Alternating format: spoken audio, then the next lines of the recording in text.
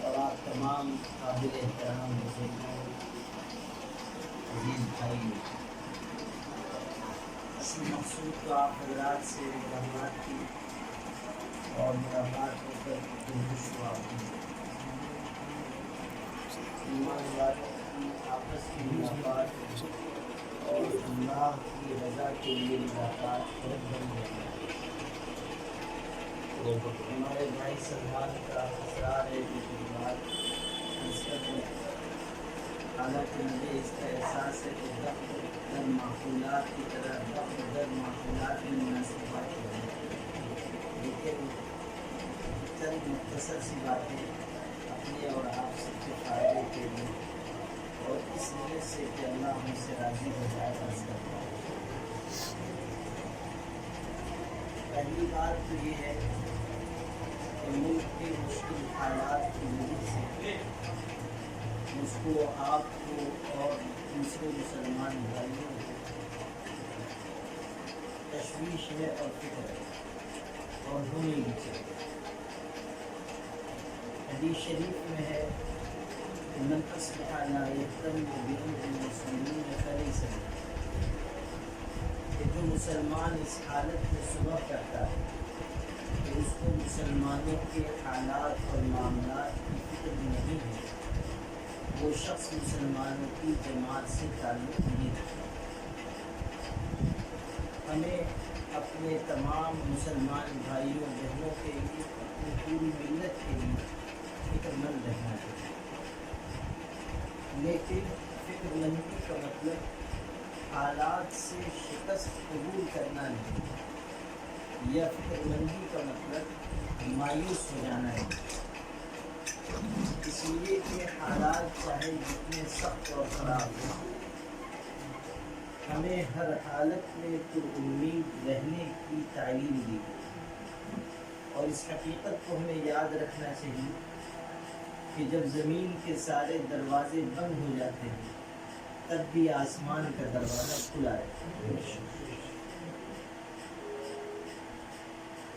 یہ بات یہ سمجھنے کی ہے کہ قوموں کی زندگی میں مشکل حالات آتے ہیں، لیکن ان مشکل حالات سے پنجہ آزمائی کرنی پڑتی ہے اور حکمت عملی کے ساتھ صحیح سمت میں مسلسل اقدام کرنا پڑتا ہے، تب وہ حالات دور ہوتے ہیں۔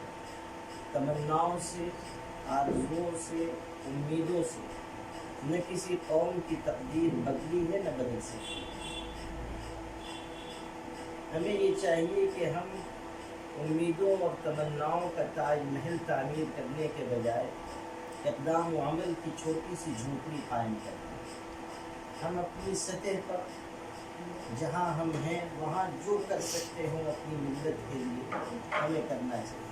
اللہ نے ہمیں جو صلاحیت دی، اگر ہم عالم ہیں اس لحاظ سے، ہم وکیل ہیں اس لحاظ سے، ہم ڈاکٹر ہیں اس لحاظ سے، جو اللہ نے ہمیں ہنر دیا، جو صلاحیت دی، اسے ہمیں ملت کے کاموں کے لیے استعمال کرنا چاہیے۔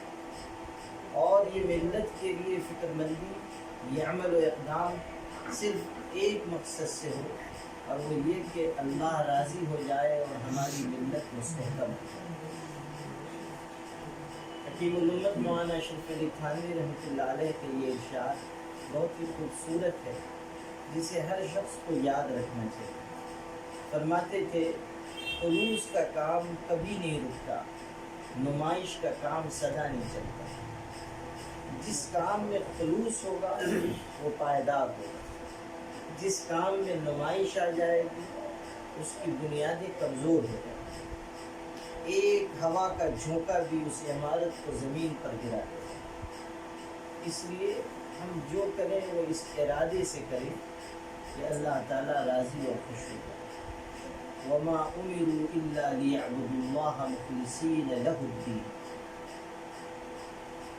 اس وقت ملت کو جن مشکل حالات کا سامنا ہے، ان حالات میں بحیثیت عالم دین ہمیں اپنی مسجد، اپنے مدرسے، اپنی خانقاہ سے آگے بڑھ کر ملت کی ہمہ جہت رہنمائی کا فریضہ انجام دینا چاہیے۔ ہمارے آقا حضرت محمد صلی اللہ علیہ وسلم نے فرمایا، حدیث میں ہے، العلماء مصابیح فی الارض، علماء روئے زمین پر ہدایت کے چراغ ہیں۔ ایک روایت میں ستاروں سے تشبیہ دی، اور ستاروں سے تشبیہ کا مطلب یہ ہے کہ قرآن مجید کی آیت ہم آپ پڑھتے ہیں کہ وہ بالنجم هم یہتدون، ستاروں کو دیکھ کر راہ متعین کی جاتی ہے۔ اسی طرح علماء اس روئے زمین پر ہیں کہ ان کے ذریعے راہیں متعین ہیں، رہنمائی کا فریضہ علماء انجام دیں، اور وہ رہنمائی زندگی کے ہر حصے میں ہو، دین کے ہر شعبے میں ہو۔ ملت پر جو مشکل حالات آئیں، ان مشکل حالات میں ہم امت کو بتائیں کہ اسے کس سمت میں جانا ہے۔ آپ پڑھتے ہیں قرآن مجید میں کہ چینٹی کا واقعہ آیا ہے، اور سرسری لوگ گزر جاتے ہیں کہ ایک چینٹی نے اپنے ساتھی چینٹیوں کو خبر دی کہ سلیمان آ رہے ہیں اور تم بلوں میں گھس جاؤ، اور ورنہ سلیمان کا لشکر تم کو رون ڈالے۔ ہم سرسری گزر جاتے ہیں، حالانکہ قرآن مجید کوئی واقعہ بے مقصد نہیں بیان کرتا، اور اگر یہ قصہ آیا ہے تو اس میں بہت بڑی حکمت ہے، اور وہ حکمت یہ ہے کہ اس واقعے کے ذریعے ملت کی رہنمائی کرنے والوں اور قیادت کرنے والوں کو ایک پورا لائحہ عمل سمجھایا ہے، اور وہ یہ ہے کہ خطرہ آنے سے پہلے اسے محسوس کر لیں، جس طرح اس چینٹی نے خطرہ آنے سے پہلے اس کا احساس کیا۔ نمبر 2، صرف یہ نہ بتاؤ کہ یہ خطرہ آنے والا ہے، اس کا حل بتاؤ کہ کس طرح اس خطرے سے بچا جا سکتا ہے۔ اور تیسرے یہ کہ تمہارے اندر یہ ہمت ہونی چاہیے کہ اگر تم چینٹی کی طرح کمزور بھی ہو، تب بھی سلیمان جیسے مضبوط بادشاہ کے لشکر سے ٹکر لینے کی طاقت دلائی۔ تمہارے اندر یہ ہمت و جرأت ہو کہ تم یہ کہہ سکو کہ لا یحطمنکم سلیمان وجنودہ وہم لا یشعرون۔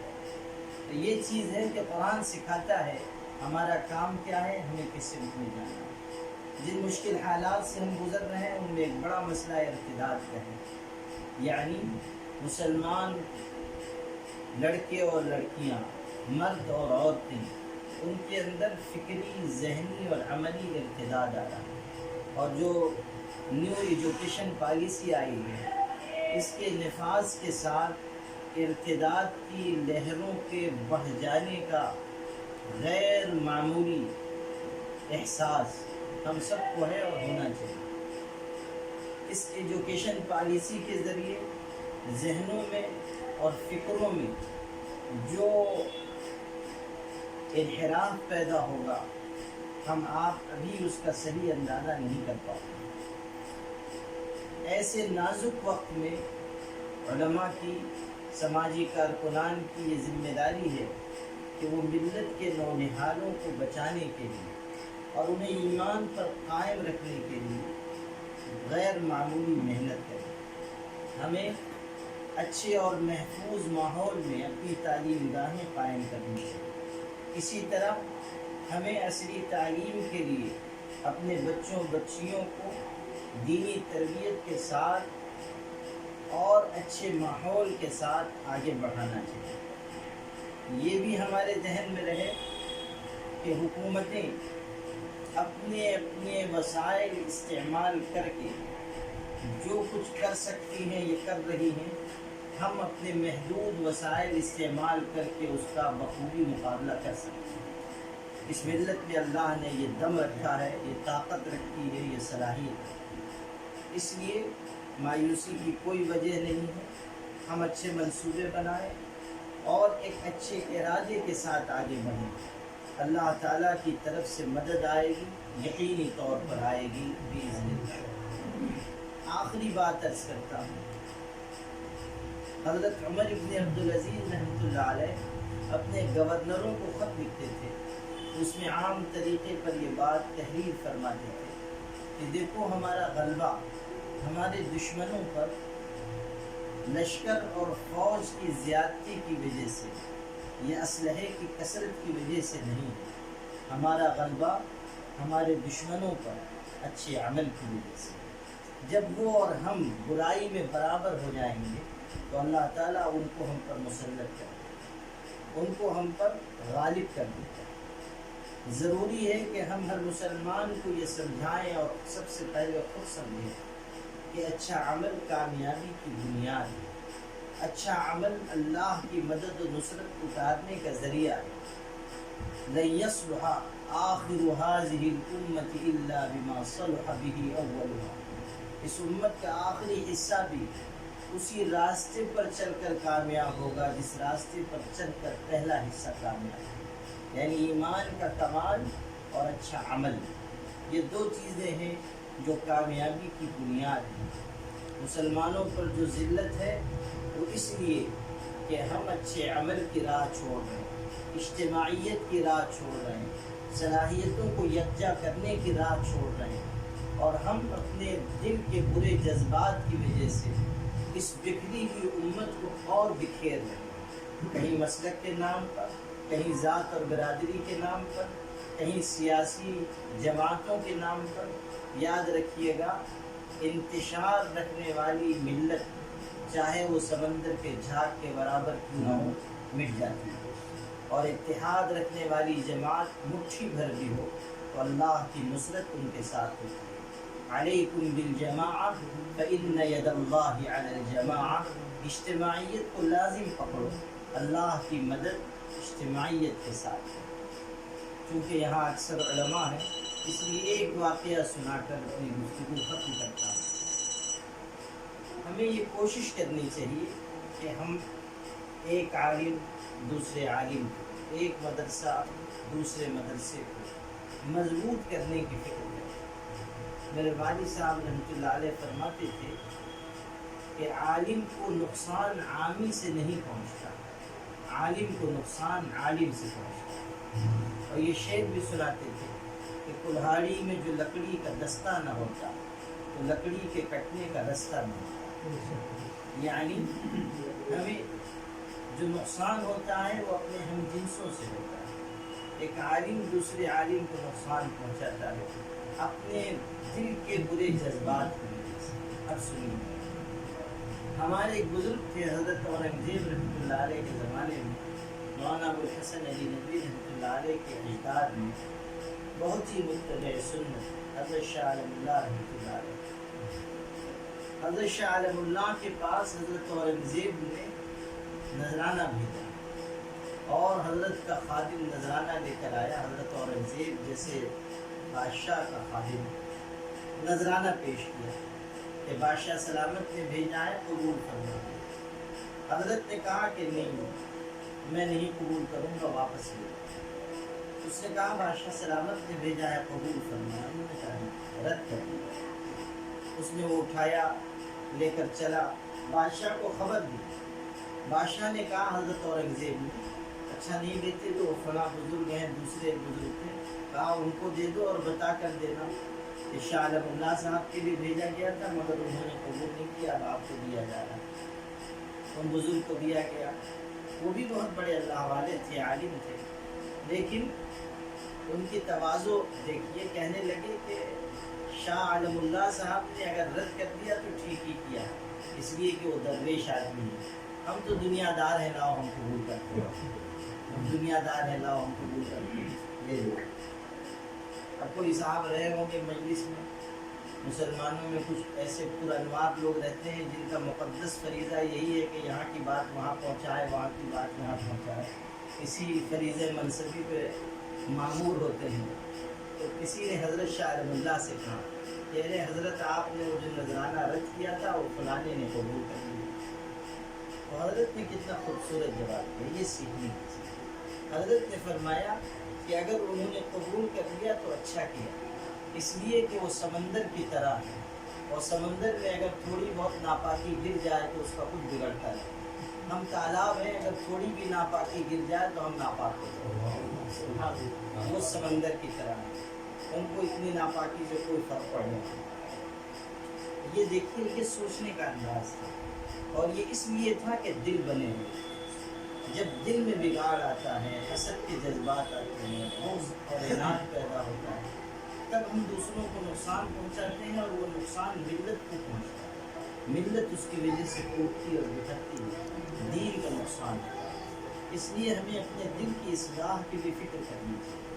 یہ نہ سمجھیں کہ ہم عالم ہیں، ہمیں کسی کی جوتیاں اٹھانے کی ضرورت نہیں۔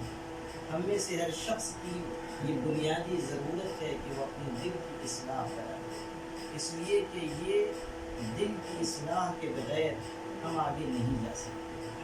خواجہ عزیز الحسن صاحب نے فرمایا تھا، جو آگ کی خاصیت وہی عشق کی خاصیت، جو آگ کی خاصیت وہی عشق کی خاصیت، ایک سینہ بسینہ ہے، ایک خانہ بخانہ ہے۔ اور اقبال نے کہا تھا، خیرت کے پاس خبر کے سوا کچھ بھی نہیں، تیرا علاج نظر کے سوا کچھ بھی نہیں۔ وآخر دعوانا آپ دعا فرما، ہم لوگ آمین کہتے ہیں۔ اللہم لک الحمد کما